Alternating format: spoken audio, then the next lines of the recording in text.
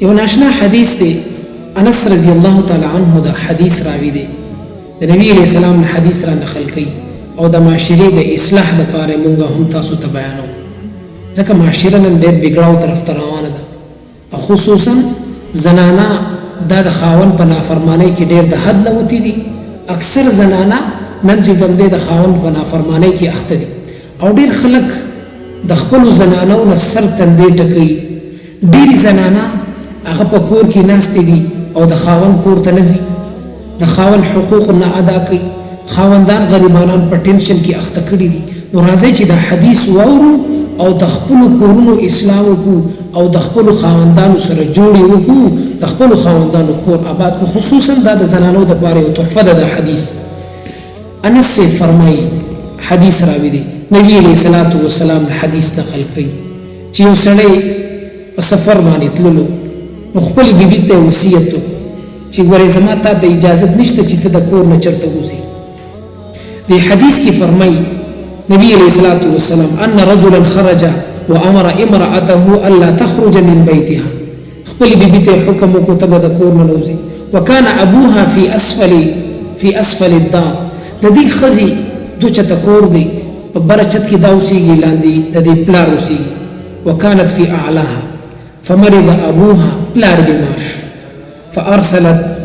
الى النبي صلى الله عليه وسلم، دې نبی علیہ الصلوۃ والسلام ته څوک ولېږله. فذكرت ذلك له، نبی علیہ الصلوۃ والسلام ته د خپل خاوند دا واقع بیان کړله چې ما باندې خاوند دا پابندي خودي ده. فقال اطيعي زوجك، نبی علیہ السلام ته فرمایله خپل خاوند تابعداري وکړه، دا معنی د خپل پلار ته پوس لمر کوزي. دی حدیث کی فرمائی فمات ابوها، پلاری وفات شو. فارسلت الى النبي صلی اللہ علیہ وسلم، دے زنانا نبی علیہ السلام پسی پیغام ولګو د الله رسوله ما خو پلار وفات شو او خاوند را باندې پابندي خودي دا چې چرته بنځي. فقال اطيعي زوجك، نبی علیہ السلام ته فرمایل د خپل خاوند تابعداري وکړه، خپل پلار لاسنیوي لدی مرزه د خپل خاوند تابعداري وکړه. فارسل اليها النبي صلى الله عليه وسلم، نبی علیہ الصلوۃ والسلام پدې پسې یو پیغام ولېږو پدې زنانه پسې چې ان الله قد غفر لابيها بطاعتها لزوجها، خوشخبری وکړه اے زنانه ستا د خاوند په تابعداري سره چې تا د خاوند تابعداري وکړو د خپل پلار لاسنیوي له هم ناکوز نشوي، د دې تابعداري په وجه باندې الله پاک ستا د پلار بخنه وکړه. سبحان الله، څومره لوی شان دی د خاوند چې الله پاک د خاوند په تابعداري کې داسې قسمه خوشحالي خودي دي چې د دې زنانه د پلار الله پاک چې کوم دی بخنه وکړه. نبی علیہ الصلوۃ والسلام د بهترین زنانه صفات بیانې. نو تاسو زنانه نن د خاوند د اجازه ته بغیر کم ځای ته نزي، د خاوند ورته اجازه نه او د هر ځای ته رواني، د خاوند سره زبان درازي کوي، خپل خبره په خاوند مني، خاوند نه اجازه نه، د خاوند خبر سره ورته خبره نه ښکاري، داسې نه کوي. کله ناکاره مور پلار زیاتې وکړي، خپل لور دغه د خاوند نه جدا کړي، راولي ستا چې کوم دی زما د لور سره حق نشته، ته زما د لور چې کوم دی ما کره نه را پرېږدې، د رور کره نه پرېږدې، د لرې لرې رشتې ورته یادې هغوی کره نه پرېږدې. باید دی ته د شریعت د طرف نه د مور پلار راتلو ته دومره اجازت دی چې صرف د لور ملاقات وکړي، اخوا دومره د دې کار نشته چې جای کې بیا د لرې لرې رشته دارو کره تلل، دا د شریعت مزاج لري. د پلار تپوس لیکلی شي، د پلار هغه پوښتنه کولی شي، لیکن د خاوند اطاعت لازم دی په زنانه باندې. نبی علیہ الصلوۃ والسلام بهترین صفات د زنانو بیان کړي دي چې بهترینه زنانه کومه ده. ابو هريره نبی علیہ الصلوۃ والسلام نه پوښتنه کوي ای النساء خیر، دا الله رسول د بهترینه زنانه کم ده. نبی علیہ الصلوۃ والسلام ورته بهترینه زنانه نخي خولې دي، راځي چې دا وورو عمل به وکړو، خپل زنانو ته وورو او د خپل ځان تابعداري. نبی علیہ السلام فرمایي التي تسره اذا نظر، بهترینه زنانه بهترینه بیبي دا ده چې کله ورته ته وګورې نو تا خوشحاله کړي. وتطيعه اذا امر، کله چې ورته تاسو حکم وکړي ستا د حکم فرمانبرداري کوي هغه مني، دا بهترینه بیبي د نبی علیہ السلام فرمایي. ولا تخالفه في نفسها ومالها بما يكره، نبی علیہ الصلوۃ والسلام فرمایي چې د خپل ځان په باره کې او دغه رنګي د خاون په مال په باره کې هغه خلاف نه کوي، هغه نقصان نه کوي چې په کوم باندې خاون خپه کی، یعنی په خپل ځان بل چاته خیسته کوي نه، د بل چا سره چې کوم دی خبرې نه کوي د غیر محرم سره، او د خاون مال بې ځایه نه لګي. دا بهترینه بیبي د جناب محمد رسول الله صلی الله علیه وسلم چې کوم دی فرمایي دا بهترینه بیبي ده. نو لہذا اوس کا خاوند د نافرمانی حکم وکي زنانه باندې د دې من لازم ندي. نبی علیہ السلام فرمایي لا طاعه لمخلوق فی معصیه الخالق. یو مخلوق تابعداري د الله په ناراستیا کې د مخلوق تابعداري د بشریت کې نشته. زنانه رااله نبی علیہ الصلوۃ والسلام له زنانه رااله او دا ورته وی د الله رسوله زده زنانو د طرف نه استاذ راغله، هغه دا شکایت کوي چې نارینه خو په جهاد تزیو جهاد کوي او دغه رنګ چې کوم دی ډېر لوی اعمال او عبادت کوي، نو خو د دې خبرونه محروم یو. نبی علیہ الصلوۃ والسلام تو فرمایل، انس سے فرمای چې دې زنانه ته نبی علیہ السلام فرمایل لا شاء ذهب تاسو تل اذهب لا شخپلو ملګرو ته دا وایا چې تاسو په کور کې ناستا د خاوند تابعداري کول، په خپل لفظ کې د خاوند اجازه ته بغیر تصرف نه کول، داغه مال بې ځای نه استعمالول، دا تاسو د پاره د جهاد برابر ثواب لري. سبحان الله. بعضی زنانه د خاوندانو سره زبان درازي کوي. فاطمه الزهرا رضی الله تعالی عنها فرمایي نبی علیہ الصلوۃ والسلام وی خواله زلانما نبی علیہ الصلوۃ والسلام جړل، ما ورته وی زما مور پلار دی پتا باندې قربان وي، زدي پتا قرباني ما زما پلار تاسو ولي جاړه. نبی علیہ الصلوۃ والسلام تو فرمایل پدې جاړه چې ما په جهنم کې داسې زنانه ولې دي چې هغه د جبو نه راويزان د شي ویني جبي د جبو نه معلق وزون وي د دې باندې جاړه. نو دی فاطمه الزهرا رضی الله تعالی عنها ته تفوسو کو د الله رسوله سوجه چې دوی د جبې نه اویزان دی. نبی علیہ الصلوۃ والسلام تو فرمایل چې دوی به د خاون سره زبان درازي کوله،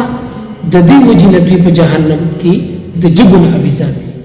لہذا موتا د خپل خاون سره زبان درازي نه کو، د خپل خاون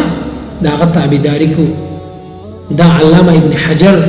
رحمه الله دا واقع چې کوم دی هغه نقل کړی ده. بل زنانو ته د خاون په اذیت باندې کاغه بیمار شي صبر کول پکار دی. د حضرت ایوب علیه السلام بیبي اتلس کال د ایوب علیه السلام خدمت کړي، اتلس کال په دې باندې صبر کړو. الله ورته مال هم ورکو، کوم بچی چې وفات شي هغه ولم خدای ورکړه، او الله فرمایي وهبنا له مثل اهله ومثله معه، چې کوم مال ته موږ اخیستو په بیماری کې لګیدلو، کوم بچی وفات شي هغه ورته ورکړه، هغه مال ورته ورکو، دا غي د پاسه ورته نور هم. د خاوند په خدمت کې الله پاک بدل په دنیا کې هم ورکړي او د غرنګي په آخرت کې خدای زنانو د پاره ډېری خوشالۍ دي چې څوک چې کوم دی هغه د خاوند تابعداري کوي. د غرنګي امام بخاری باب قائم کړی دی. امام بخاری فرمایي رحمه الله بهترین باب قائم کړی دی او زنانو ته تعلیم ورکړی دی چې زنانه به د خاوند د اجازت نه بغیر څوک کور ته نه پرېږدي، چې خاوند ورته اجازت نه وي دا به چې کوم دی چاته کور ته داخلېدو اجازت به چاته نه ورکړي. او بیا حدیث دا ذکر کړی باب دار باب لا تأذن المرأة في بيت زوجها لأحد إلا بإذنه، چې زنانه به د خپل خاوند د اجازت نه بغیر هیڅ چاله اجازت نه ورکړي چې کور ته راشي. او باب دا حدیث د دې دلالت ذکر کړی لا يحل للمرأة ان تصوم وزوجها شاهد الا باذنه. نبی علیہ السلام فرمایي زنانه د پاره دا صحیح او حلال او جائز ندي چې دا نفلی روزونی سي او خاوني په کور کې موجود. نفلی عبادت هم د خاوند د اجازه نه بخیر نشي کول. او نبی علیہ الصلوۃ والسلام فرمایي زنانه ته، نبی علیہ السلام فرمایي که د الله نه بغیر چاته د سجدي کولو اجازه وي نو ما به زنانو ته حکم کړی وي چې خاوندانو ته سجده وکړي. لہذا دومره حقوق د خاوند دي، د خاوند د کور حقوق دي. نبی علیہ السلام فرمایي تاسو کې هر یو سړی د خپل کور نگهبان دی او هر یو کس نه د خپل رعیت په باره کې تپوس کیږي. زنانه د کور نگهبان ده، دینه به د خاوند د حقوقو د کمی په وجه الله تپوس کوي مال دې بې ځایه لګول یو زنانه راولګي او د خپل خاوند د اجازت نه بغیر صدقه ورکي علما فرمای دا صدقه دا ثواب بدیل الله نه ورکي او داسې کول د دې لپاره د مال د خاوند د اجازت نه بغیر خرج کول دا د دې لپاره جایز هم نه دي چې دا راولګي او د ځان چې کوم دی سخی اتمتای جوړ کی او د خاوند د اجازت نه بغیر خرج کی که خاوند ته اجازت ورکو بیا دې د لپاره مال خرج کول صدقه ورکول دا بیا جایز دي بیا به ثواب الله دې ته ورکي او که فرض کدي صدقه ورکړه د خاوند د اجازت نه بغیر دا ثواب به خاوند ته میلاويږي دې ته نه میلاوي دومره د شریعت د طرفنا د خزي د باندې دا پابندیان د خزي د خاوند په حقوقو کې دومره لوی مرتبه د خاوند نن زنانه را لګي په معاشره کې او د خاوند سپکاوي کوي او د خاوند هتک کوي الان کې خاوند دا مولا دی ام حبیبه رضی الله تعالی عنها د نبی علیہ الصلوۃ والسلام بیبي د پلار را له ابو سفیان نو لہذا د ام حبیبه رضی الله تعالی عنها چې کله پلار کې راستو بسترې تر روان هغه ورته بچیا زمانه پسته به بدو عادتونو کې اخته شوی زه لایق نه وم د بسترې کې دا بستر زما لایق نه و هغه ورته وی ته لایق نه وي د بسترې دا د نبی علیہ السلام بستر دا مال دا جایز نه دي صحیح نه دي چې ته د نبی علیہ السلام په بستر کې نو دومره مقام دومره شان هغه چې کوم دی د خاوند دی راځي چې موتا چې کوم دی خپل خاوند رضا کو چا چې د خاوند سره نه لګي خاوند سره جوړو کو نبی علیہ الصلوۃ والسلام فرمایي په هغه زنانه باندې د الله لعنت ته هغه زنانه باندې د الله لعنت ته چې کوم زنانه د خاوند سره ورانه ده د خاوند سره ناچاقي او نالګي ده په دې زنانه باندې د الله لعنت او بیا شریعت وایي چې کوم زنانه هغه د خاوند نافرمانه ده په خاوند باندې د دې خرچه هم لازم نه ده دا نافرمانی کوي د خاوند حقوق نه ادا کوي او خاوند چې کوم دا څوک نشي باور کولای په دې باندې چې د دې له خرچولې نه ورکړي دا زمانہ فرمانه د زمان خیال نه ساتي ټول دې له خرچه ورکړي ټول دې له خوراک ورکړي لہذا خپل خاوندان خوشاله کو خپل ځان باندې کو جنت هغه ټکانه جوړ کو او چې کله د دنیا دا زنانه خپل خاوندانو تقاری یو بدی ردی ورته وي حوري د اسمان خفکی یو د زنانه ته وي دا غستا سره لګي ورځې علم دی درن سعد له بده زمو خپل راضي دې متنګو لہذا خپل خاوند نه تنګو دا زمو استاد پاره روکا توکا او د غرنګي زمو استاد پاره چې کوم دی دې ته نه ګوري نور ته نه ګوري شپې ته نه ګوري ورسته نه ګوري لیکن زمو استاد سہولت سوچ کی دا خاوندان راضي چې خاوند را ناراضي الله به راضي که خاوند نه خفدي زما روري او زما خور او دا غرنګي چې کوم دی بیا دا تمام کو چې الله به زمانه راضي الله بستانه هم ناراضي که الله راضي کول غواړو خپل خاوندان راضي کو الله دې د عمل کولو توفیق راکړي